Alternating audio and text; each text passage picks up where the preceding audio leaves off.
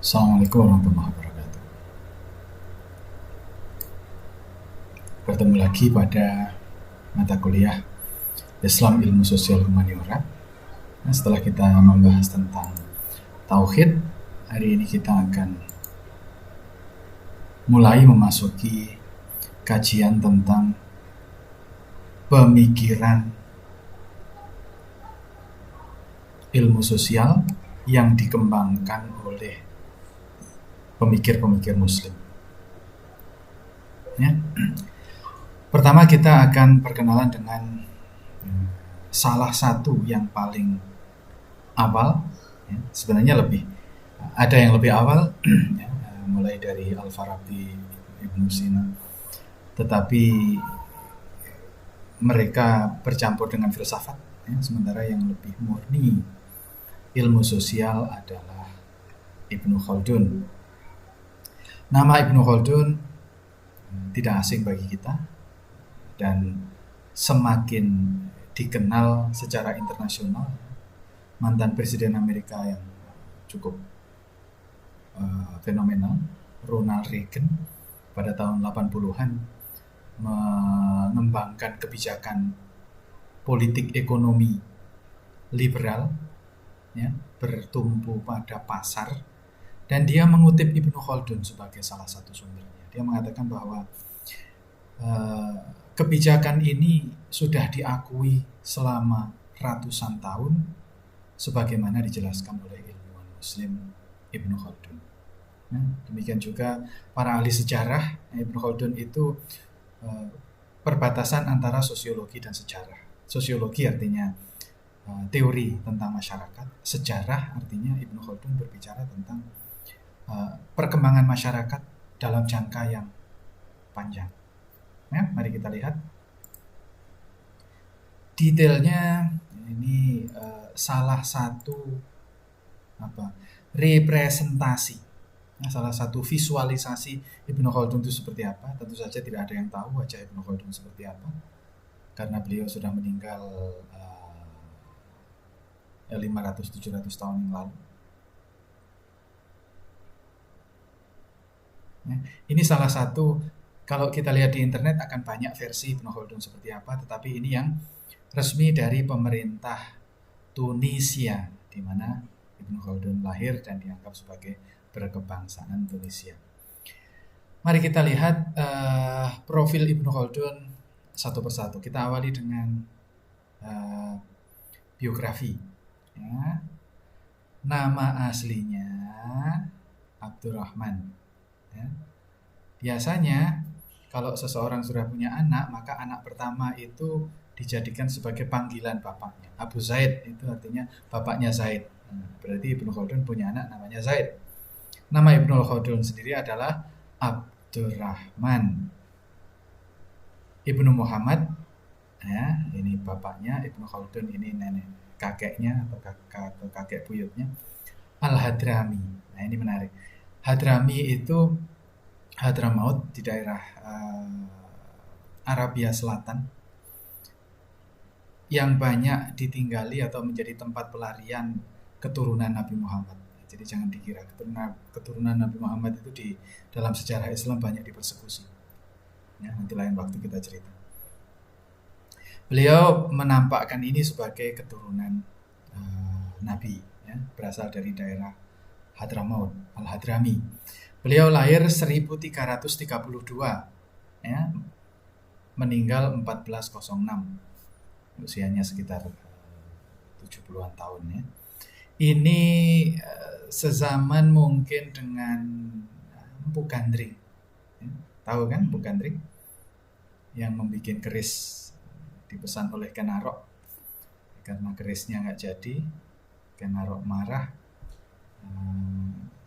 Empu Gandring dibunuh dengan keris buatannya sendiri, lalu mengutuk Ken Arok akan anak turunnya, 7 turunan akan mati saling bunuh dengan menggunakan keris itu. Kira-kira ini usianya sama dengan Empu Gandring, ya?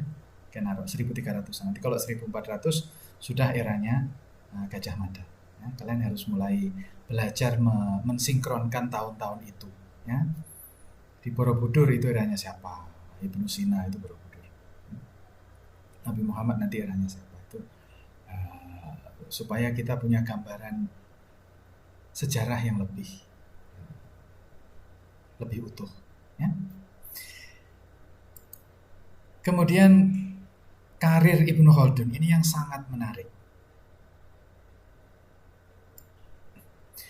Ibnu Khaldun pernah menjalani karir sebagai juru tulis, ya, karena pintar, pandai menulis. Pada zaman dulu salah satu ciri orang pandai itu pintar membaca menulis, terutama menulis. Lalu karena pandai mengabdi pada seorang raja, dia diangkat menjadi menteri. Dan karena sangat terbukti sangat pintar, pengetahuannya sangat luas, beliau akhirnya diangkat menjadi perdana menteri, ya. Yang menarik adalah Ibnu Khaldun ini sempat dipecat oleh rajanya karena dihasut oleh beberapa menteri yang merasa iri dengan karirnya Ibnu Khaldun yang cepat melejit, ya. Tetapi kemudian pada akhirnya kembali lagi menjadi perdana menteri. Bahkan pernah suatu ketika kerajaan di mana Ibnu Khaldun mengabdi itu diserang musuh dan takluk, rajanya ditawan, ya. Rasanya ditawan, tetapi Ibnu Khaldun tetap menjadi perdana menteri meskipun rajanya adalah raja yang baru. Artinya apa? Semua orang dari semua tempat, musuh maupun kawan maupun lawan, semua mengakui kehebatan intelektual Ibnu Khaldun. Bahkan penakluk pun mengangkatnya tetap menjadi perdana menteri. Lalu ketika tua, beliau pindah ke Mesir, ya. Ini perjalanannya Afrika, Eropa, Asia, Afrika lagi. Beliau menjadi qadhi. Qadhi itu ya hakim lah, ya. Hakim, tapi orang menganggap qadhi itu hanya urusan agama, tapi sebenarnya tidak. Qadhi adalah tempat orang mengadu mencari keputusan. Punya soal agama diputuskan berdasarkan dalil agama. Punya soal politik diputuskan berdasarkan dalil politik. Punya soal dagang dihitung menggunakan teori-teori dagang. Punya urusan rumah tangga itu juga diselesaikan dengan seukuran dengan masalah. Dan seorang qadhi tentu saja adalah orang yang arif, bijak, pandai, dan biasanya orang yang senior. Bukan hanya pengetahuan tapi juga pengalaman dan kearifan di dalam mendekati persoalan, menjelaskan persoalan dan menyelesaikan persoalan. Ini ada peta yang menggambarkan perjalanan hidup Ibnu Khaldun, ya, nanti kita lihat, ya. Recorrido di Ibnu Khaldun, tulisannya Jaldun tapi bacanya Khaldun karena ini tulisan dari sini, dari Spanyol, ya. Kalau kalian nonton olahraga sepak bola atau motor balap, ya, kalau bahasa Spanyol J itu dibaca G, Jorge, Jorge itu bahasanya Jorge. Nah, Ibnu Khaldun lahir di sini, ya, di Tunisia. Lalu berkarir di sini di pinggir pantai menjadi menteri, lalu diundang ke sini menjadi perdana menteri, ya, menjadi menteri. Perdana menteri itu ada dua kerajaan ini, Sevilla dan Cordoba di sini, Sevilla dan Cordoba. Nah, lalu Ibnu Khaldun itu meskipun menjabat tetapi sangat mencintai ilmu, sehingga kadangkala beliau libur dari menjabat lalu mencari perpustakaan, ya, pergi ke salah satu favoritnya adalah perpustakaan di Kairo, ya, di Kairo di sini, di Mesir. Karena Mesir, Kairo adalah kota lama sekali, kota kuno, dan di sini adalah tempat universitas tertua, Universitas Al-Azhar, tertua di dunia, ya, bukan hanya di dunia Islam. Beliau kadangkala perjalanan ke sini, ya, untuk mencari perpustakaan, membaca dan menulis. Nanti kalau tulisannya sudah selesai, kembali lagi untuk menjabat lagi. Dalam salah satu perjalanan, ya, Ibnu Khaldun itu naik perahu ini. Saya tidak tahu ini berapa kali dia naik perahu ke sini. Pernah terjebak badai, ya, kemudian kapalnya karam dan Ibnu Khaldun selamat, tetapi anak dan istri dan anak-anaknya meninggal. Itu yang kemudian sangat mempengaruhi kondisi Ibnu Khaldun yang akhirnya memilih untuk pensiun. Nah, selama hidupnya Ibnu Khaldun itu sering diundang, ya, sering diundang oleh raja-raja untuk pengen mendengarkan teorinya seperti apa. Nah ini kalau kesini ini ke Mekah, ya Ibnu Khaldun naik haji ya, Haji Ibnu Khaldun sebenarnya ya nama lengkapnya mungkin. Lalu pernah ke Damaskus. Nah selama di Damaskus ini beliau sempat ditangkap karena ini kawasan perang. Lalu ada raja penyerbu yang menangkap itu namanya Timur Leng, itu seorang tokoh keturunan Mongol Tartar yang menghancurkan Baghdad yang kita bahas kemarin itu ya. Lalu keturunannya kemudian masuk Islam dan menjadi penguasa, dan salah satu yang terbesar, terbengis, tersadis itu adalah Timur Leng. Ketika Timur Leng menyerang Damaskus, Ibnu Khaldun sedang di Damaskus, diundang oleh tokoh-tokoh di Damaskus di sini pengen mendengar ceramahnya Ibnu Khaldun. Ibnu Khaldun pun ikut ditangkap. Ya.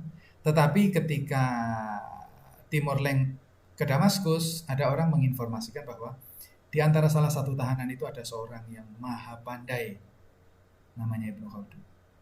Nah, Timur Leng tertarik, suruh menghadap. Ibnu Khaldun dipanggil, minta untuk menghadap Timur Leng, dan dia cerita tentang teori masyarakat, jatuh bangunnya masyarakat, jatuh bangunnya bangsa-bangsa, dan Timur Leng menjadi sangat terkesan dengan itu. Lalu Ibnu Khaldun dibebaskan dan bisa pulang. Di sini nih karena karirnya Ibnu Khaldun ya sangat bagus, akhirnya itu tadi terjadi intrik. Dia punya banyak musuh yang tidak suka dengan karirnya Ibnu Khaldun yang terlalu cemerlang, yang terlalu pintar.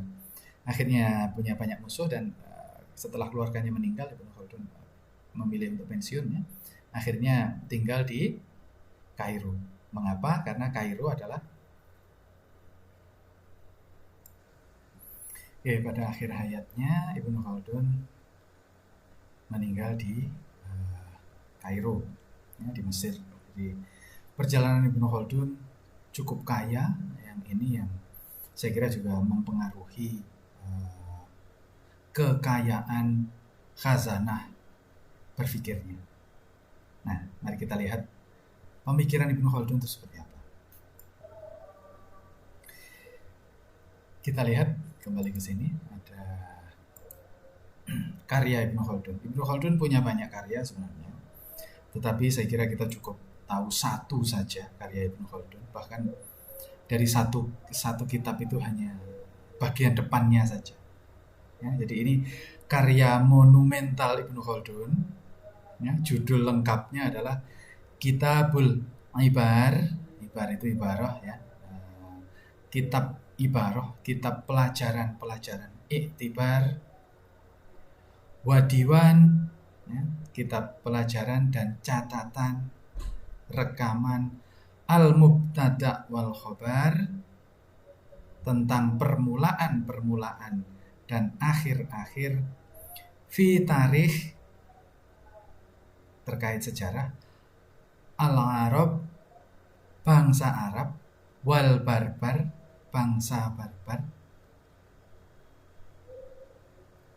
Ya,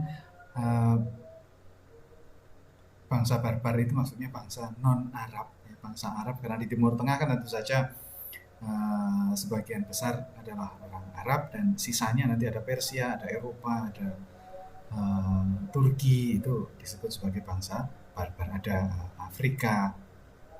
Waman atharuhum min dawil sya'nil akbar, dan pelanjut mereka. Ya, jadi sejarah permulaan dan jatuh bangunnya bangsa-bangsa. Ini intinya cerita itu. Judul yang sangat puitis ini intinya adalah sejarah tentang jatuh bangunnya bangsa-bangsa. Bangsa-bangsa itu maksudnya negara ya. Kisah jatuh bangunnya negara dan bangsa di kalangan bangsa Arab dan non-Arab. Itu ya. Nah, kitab itu ada 6 jilid, panjang sekali, besar-besar. Bagian depan itu disebut sebagai muqaddimah. Artinya introduction. di mana Ibnu Khaldun bercerita tentang metodologi kajiannya apa ya, sama seperti bab 1 kan. Bab 1 apapun termasuk skripsi, tesis, disertasi itu bab 1 isinya proposal itu isinya pengantar, pendahuluan, lalu metodologi, teori. Ya. Di dalam sejarah kemudian orang menemukan bahwa yang istimewa itu bukan isi kajiannya Ibnu Khaldun, tetapi cara pandangnya. Konsep Ibnu Khaldun tentang sejarah, metodologi kajian sejarahnya Ibnu Khaldun. Itulah yang kemudian menarik para pengkaji modern yang kemudian mempopulerkan kitab ini, tetapi sayangnya yang populer hanya bagian depannya yang kita kenal sebagai pengantar. Muqaddimah Ibnu Khaldun. Nanti saya upload bukunya ya, sudah berbahasa Indonesia. Kalau mau yang bahasa Arab ada, bahasa Inggris ada, bahasa Jerman saya ada, bahasa Indonesia ada. Nanti saya kasih yang bahasa Indonesia ya. Silahkan dibaca. Saya minta resum beberapa bagian. Tapi saya kira buku itu baik untuk dibaca kalau kalian ingin jadi pimpinan ya. Ingin jadi pemimpin, silahkan membaca buku itu. Baiknya diselesaikan sebelum kalian lulus kuliah supaya atmosfer pembelajaran itu ada. Dan nanti insya Allah kalau kalian sudah khatam buku itu sebelum lulus kuliah, kalian akan menjadi akrab dengan buku tersebut dan kalian akan menjadi muridnya Ibnu Khaldun. Ya. Jadi kitab utamanya ini tentang sejarah jatuh bangunnya bangsa-bangsa di kalangan bangsa Arab maupun bangsa non-Arab. Ya. Nah di dalam buku itulah ya, di bab 1 ada pengantar di mana Ibnu Khaldun mengkritik para sejarawan zaman dulu ya. Ibnu Khaldun itu sangat berani. Nah, nanti silahkan dibaca sendiri. Bagaimana dia mengkritik para ulama ya. Kalau ilmuwan itu kan ulama ya, karena zaman dulu ilmu belum terbagi-bagi menjadi sekarang. Ibnu Khaldun ini juga seorang qadhi, ahli agama, ahli ilmu pengetahuan, pimpinan politik. Ya, ketika mengkritik seseorang itu penulis itu biasanya juga para ahli agama. Ibnu Khaldun dengan sangat tegas, jernih, tajam mengkritik tulisan-tulisan sebelum dia tentang sejarah, apa yang masuk akal dan bisa kita terima, apa yang tidak masuk akal dan tidak mungkin kita terima. Contoh misalnya ada satu bagian Ibnu Khaldun mengkritik Al-Mas'udi, salah ya, ahli sejarah zaman dulu yang sangat terkenal yang dibaca oleh banyak orang. Bercerita ketika Nabi Musa dikejar Fir'aun.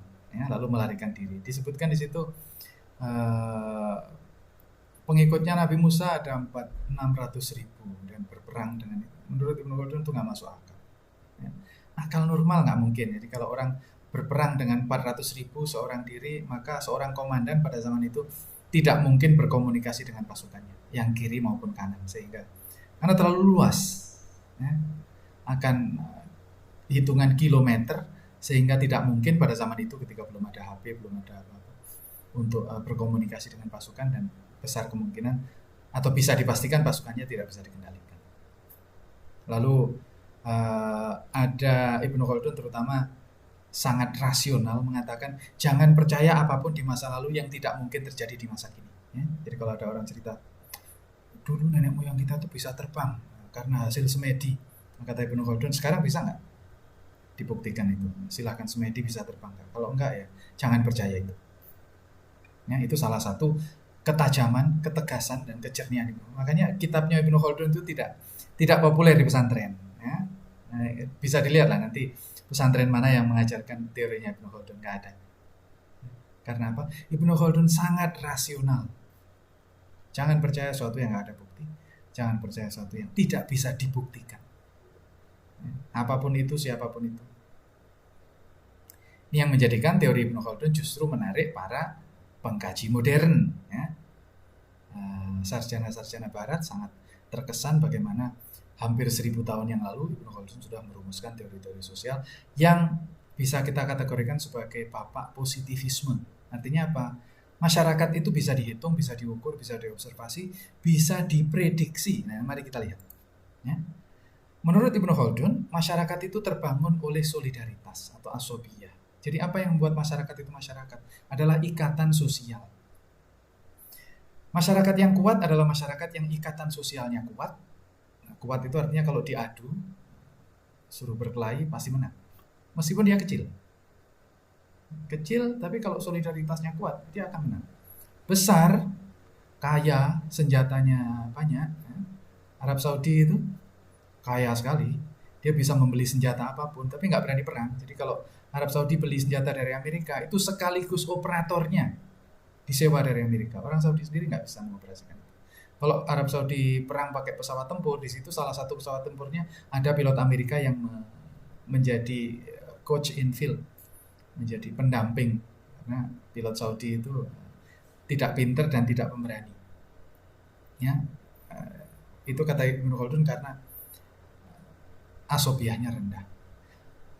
Apa yang membedakan asobiah tinggi dan rendah? Nah, Ibnu Khaldun pada dasarnya membagi masyarakat itu menjadi dua atau dua setengah, ya. Menjadi dua dan yang satu dibagi menjadi dua lagi. Ada masyarakat nomad. Masyarakat nomad itu masyarakat yang tidak menetap. Ya, kita biasanya menerjemahkan ini sebagai badawa. Bahasa Arabnya badawa. Ya, kita menerjemahkannya badui. Ya. Masyarakat nomaden. Sistem sosialnya sederhana. Ya, ada paling kepala suku. Kepala suku nggak punya sekretaris, nggak punya wakil, nggak punya divisi, nggak punya job description. Pokoknya dia kepala suku yang paling dituakan atau yang paling menang kalau berkelahi. Ya. Yang lain taat. Aturan hidup apa? Ya terserah kepala suku dia mau apa, kita ikut. Ya. Nah, karena kesederhanaan sistem sosial itu, maka hierarki sosial itu hampir nggak ada. Kita mau ketemu kepala suku kapan saja, asal dia nggak keluar kota, asal dia nggak lagi tidur, dia bisa ditemu. Ya, dia jalan-jalan seperti kita, makan seperti dia makan makanan yang kita makan, dia berpakaian pakaian yang kita pakai. Dan kalau berperang, dia juga ikut berperang, maju di depan. Mari kita perang, dia ada di depan sendiri. Ya. Oleh karena itu, kesetiaan anggota suku kepada kepala suku jauh lebih kuat karena kepala suku itu langsung turun ke bawah. Ya. Bersama, egaliter. Nah, ini yang membuat teorinya Ibnu Khaldun sangat luar biasa. Bagaimana bangsa-bangsa besar itu selalu dikalahkan oleh bangsa-bangsa barbar. Bangsa-bangsa nomaden, bangsa-bangsa yang justru sederhana tetapi solidaritasnya sangat tinggi. Dan itu juga menjelaskan mengapa pasukannya Nabi Muhammad pada zaman itu berperang itu lawan 5 kali lipat itu biasa. Sini 100, sana 500, sini 200, sana 1000. Itu tentaranya Nabi Muhammad itu seperti itu. Karena apa? Karena Nabi ikut perang. Ini ada satu kesempatan Nabi sempat dilempar potongan besi dan kena pipinya sini sampai tembus ke dalam giginya rontok. Nabi pernah kena panah, ya, sehingga sahabat itu berdiri mengelilingi Nabi untuk menjadi perisai hidup. Ini itu menunjukkan rasa solidaritas yang sangat tinggi. Mengapa mereka mengapa mereka mati-matian mengorbankan diri untuk Nabi? Karena Nabi ada hadir bersama mereka. Nah, nanti berbeda dengan masyarakat yang menetap. Ya, masyarakat menetap itu ada dua, masyarakat pedesaan yang homogen dan masyarakat perkotaan yang heterogen. Ini kita sudah bicara kemarin Emil Durkheim ya di sini. Kalau Ibnu Khaldun membedakan ini dan ini. Nah, masyarakat desa dan masyarakat kota itu hidupnya sudah menggunakan sistem, ya, sistem sosial. Jadi sudah ada pemimpin. Nah, kata Ibnu Khaldun, salah satu tahap awal kepemimpinan itu ada namanya hajib. Hajib dari kata hijab ya, ada batas antara pemimpin yang dipimpin. Jadi kalau dulu kepala suku ya zaman khalifah awal-awal Islam itu ya khalifah itu tidur ya di masjid, tidur biasa, jamaah ya bersama dengan masyarakat. Tapi begitu sudah Islam berubah menjadi kerajaan, raja itu nggak bisa ditemui. Kalau ketemu raja lapor dulu, daftar. Siapa namamu, rumahmu mana, keperluanmu apa. Nanti lapor kepada petugas kapan raja bisa ditemui. Oh, raja bisa ditemui tahun depan, silakan tahun depan kembali. Ini orang nggak punya duit, tahun depan udah mati. Ya. Jadi masyarakat pedesaan dan perkotaan ini hierarki sosialnya mulai muncul. Yang kaya kumpul dengan orang yang kaya, yang miskin ya kadang dengan orang, kadang dengan binatang, kadang dengan makhluk gaib yang lain. Ya, karena memang dia nggak punya apa-apa. Raja itu hanya bisa ditemui oleh para bangsawan. Nah, hidup diatur bukan lagi oleh solidaritas tapi oleh sistem. Ya. Karena sistem sosialnya maju, akibatnya solidaritas itu nggak perlu lagi. Kita nggak peduli lagi dengan orang. Contoh konkret real ya. Ketika saya kuliah di Jerman, Saya tinggal di Jerman 3 tahun, di sebuah apartemen. Saya tidak kenal dengan tetangga pintu sebelah saya itu nggak tahu, saya nggak kenal dia siapa, mahasiswa dari mana, dia fakultasnya apa, kita di universitas yang sama. Nggak perlu, memang tidak perlu. Kalau ada apa-apa kita langsung telepon pada petugas, kalau ada masalah kita langsung telepon polisi, kalau ada masalah kita langsung ke dokter. Tetangga itu kita nggak tahu urusan dia, nanti kalau kita mencoba kenalan malah bisa jadi mengganggu karena mungkin dia juga nggak suka. Ya, jadi masyarakat yang sistem sosialnya maju itu solidaritasnya rendah karena semua tergantung sistem. Nah ini plus minusnya. Ya, ini Ibnu Khaldun membuat pengamatan yang sampai sekarang valid. Jadi masyarakat tuh kalau sederhana solidaritasnya tinggi.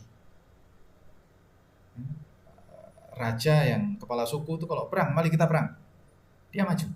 Tapi kalau seorang raja, perang modern itu ya, yang pengen perang tidak ikut perang, ya, raja yang pengen perang kita serbukan, kita rebut tanah ini, atau presiden yang presiden Amerika yang mengatakan kita serbu Afghanistan, presidennya nggak ikut perang.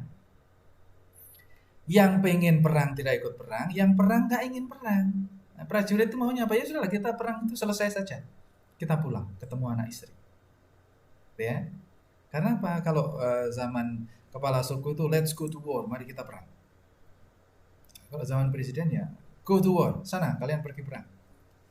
Saya duduk-duduk di istana bersama permaisuri dan dayang-dayang, ya kan? Nah sehingga solidaritas pada raja juga nggak ada, pengabdian pada raja nggak ada. Prajurit kalau nggak digaji besar nggak akan mau perang. Prajurit kalau tidak ada godaan untuk mendapatkan harta rampasan, ya tidak akan mau dia berperang. Nah, ini adalah teori yang dikembangkan oleh Ibnu Khaldun, teori sosial. Ya.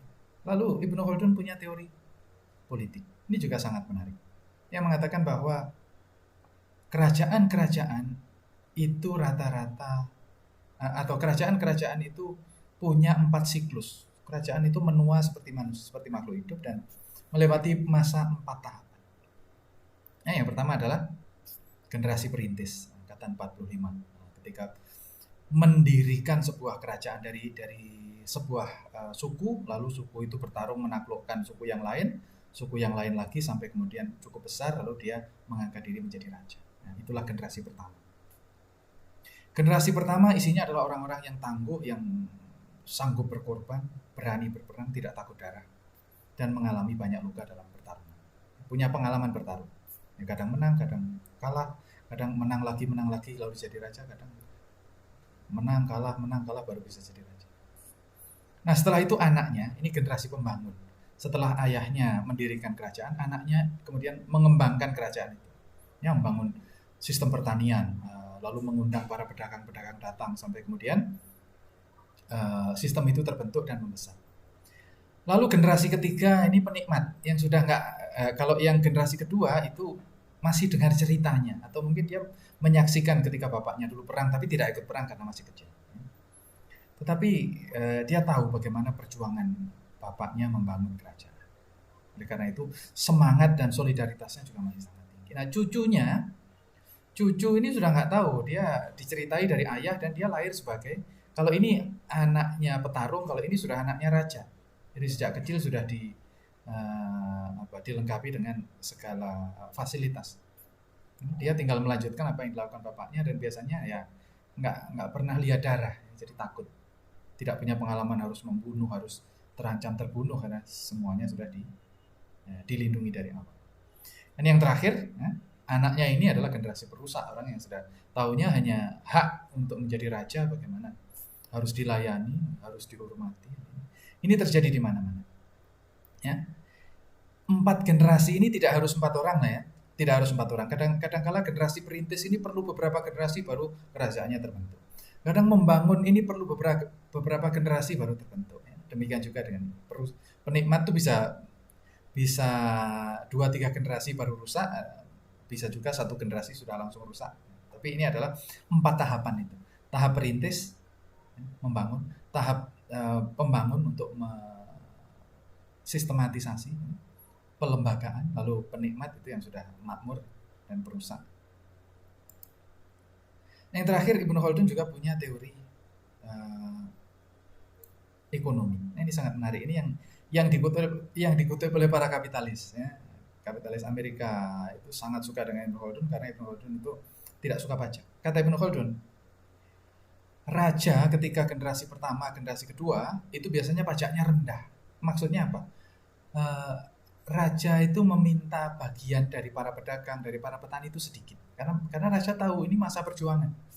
Nah, karena pajak sedikit, maka orang itu bersemangat untuk berdagang, bersemangat untuk bertani, karena apa yang dia upayakan itu dia nikmati.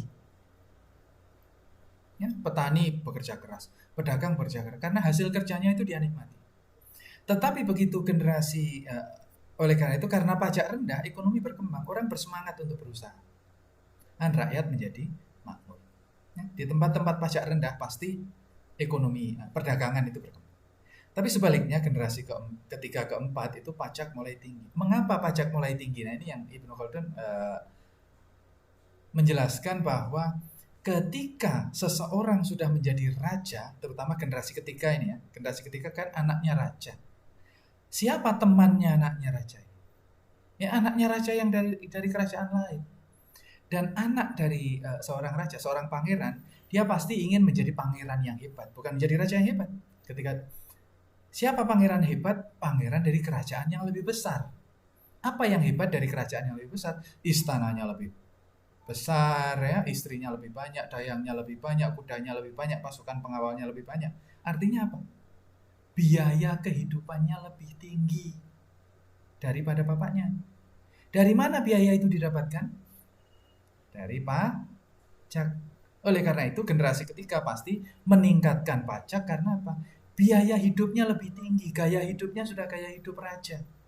Berfoya-foya, bermewah-mewah, ingin menjadi seperti raja di kerajaan yang lebih besar, membangun istana yang lebih besar, mencari selir-selir yang lebih banyak, kemudian mengundang ilmuwan-ilmuwan, mengundang pustakawan-pustakawan.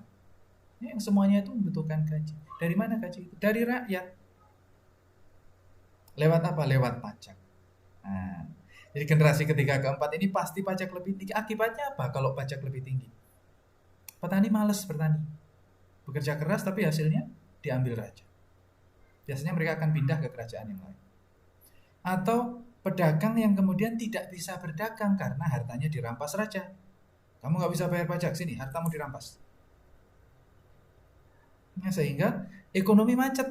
Ya, orang malas bekerja, orang nggak bisa lagi bekerja atau pindah ke tempat lain. Akhirnya para rakyatnya sengsara. Nah, inilah yang kemudian menyebabkan generasi keempat itu generasi perusak dan kemudian runtuh. Ya, jadi naik turunnya sebuah kerajaan, naik turunnya sebuah bangsa menurut Ibnu Khaldun mengikuti hukum sosial yang dia sebut sebagai teori Asopiah tadi itu. Ketika bangsa itu masih kecil, masih barbar, tidak akan ada yang percaya ketika di Madinah suatu ketika Nabi Muhammad pernah mengatakan pada para sahabatnya bahwa umat Islam nanti akan menaklukkan Istanbul. Nah, Istanbul itu ibu kota Turki itu. Ibu kota Turki ditaklukkan oleh umat Islam tahun 1400 ya, 100 tahun setelah Ibnu Khaldun ini. Itu kira-kira berapa? 900 tahun setelah Nabi. 900 tahun sebelum itu Nabi mengatakan kita akan menaklukkan Istanbul. Ketika Nabi mengatakan itu, Istanbul adalah ibu kota Romawi, kerajaan paling besar. Nah, jadi bayangkan kalau ada Nabi Muhammad itu ya seperti pasukan dari mana, Badui lah ya, pasukan Badui dari Jawa Barat. Nah, mereka mengatakan kita akan menaklukkan New York. Siapa mau percaya? Orang Badui mau menaklukkan New York. Tapi itulah nubuah. Nubuah itu artinya ramalan, penglihatan masa depan. 900 tahun kemudian pengikut Muhammad namanya Muhammad Al-Fatih ya, Raja Turki Utsmani itu menaklukkan Istanbul dan menjadikan New York-nya pada zaman itu menjadi ibu kota dunia Islam. Nah, jatuh bangunnya kerajaan menurut Ibnu Khaldun mengikuti hukum sosiologis. Kerajaan yang ideal adalah atau bangsa yang ideal, bangsa yang mampu bergerak antara generasi kedua, ketiga, kedua, ketiga, kedua, ketiga. Jadi jangan sampai generasi keempat muncul. Nah, generasi ketiga itu, seperti sekarang ini, bangsa-bangsa makmur sekarang ini ya, Inggris, Jerman, Perancis, Amerika itu berada pada generasi ketiga. Mereka menikmati, tapi juga mereka punya dorongan untuk masuk ke generasi kedua. Ya, militernya masih kuat. Mereka perang di mana-mana. Jadi perang itu memang seringkali disengaja untuk menciptakan rasa solidaritas. Kita ini kan nggak pernah perang, jadi ya sudah di apa pulau kita diambil Cina ya, diam-diam saja. Kemudian lautan kita dijarah oleh petani miskin dari Vietnam, kita tenang-tenang saja. Ya. Nggak ada semangat apa-apa, karena tidak ada motivasi. Kita ini lahir dari generasi, nggak tahu kita generasi keberapa ya. Semangat kita membangun bangsa itu dari mana? Berapa besar? Berapa besar yang sanggup kita korbankan untuk masyarakat kita, untuk bangsa kita, untuk generasi kita. Jadi ini menurut Ibnu Khaldun yang menentukan jatuh bangunnya sebuah bangsa. Nah, demikian kontribusi awal dari Ibnu Khaldun ya. Teorinya Ibnu Khaldun ini sangat positivistik dan tidak kalah dengan teori-teori yang lain. Ini sudah dibuktikan oleh ekonom Eropa bahwa ketika pajak naik maka ekonomi akan melemah dan rakyat akan sengsara. Meskipun itu nanti ada jalan keluar ya, negara-negara yang disebut sebagai negara kesejahteraan itu mencoba mencari solusi teorinya Ibnu Khaldun ini dengan meningkatkan pajak, tapi pajak itu langsung diberikan atau sebagiannya pajak tidak masuk kepada negara semua ya, tetapi sebagian dialirkan kepada orang miskin yang tadi itu yang kehilangan mata pekerjaan. Jadi teorinya Ibnu Khaldun tidak salah bahwa kalau pajak naik pasti orang akan kehilangan pekerjaan. Ketika pajak naik maka ekonomi akan macet. Tetapi teori negara kesejahteraan itu kemudian membagi pajak itu menjadi dua, yang satu untuk operasional negara, yang satu langsung kepada masyarakat miskin. Ya, mudah-mudahan menjadi tambahan wawasan kita bahwa umat Islam punya kontribusi yang tidak kalah. Tinggal bagaimana kita generasi sekarang mengenal lebih jauh, ya, bukan menyembah, ya, tapi mempelajari dan mengembangkan. Ibnu Khaldun bukan dewa, ya. Ibnu Khaldun bukan tidak punya salah. Ibnu Khaldun adalah orang hebat. Ya. Oleh karena itu perlu kita pelajari ilmunya. Tetapi Ibnu Khaldun hidup di masa lalu, oleh karena itu perlu kita aktualisasikan pemikirannya ke zaman sekarang. Dan kalau ada yang tidak sesuai lagi, kita potong, kita revisi, tetapi tanpa mengurangi kebesaran dan rasa hormat kita kepada Ibnu Khaldun sebagai perintis ilmu sosial yang sebenarnya mendahului teori-teori dari Barat. Ya, kita akhiri dengan Alhamdulillah alamin. Kita ketemu lagi pada kesempatan yang lain. Terima kasih. Assalamualaikum warahmatullahi wabarakatuh.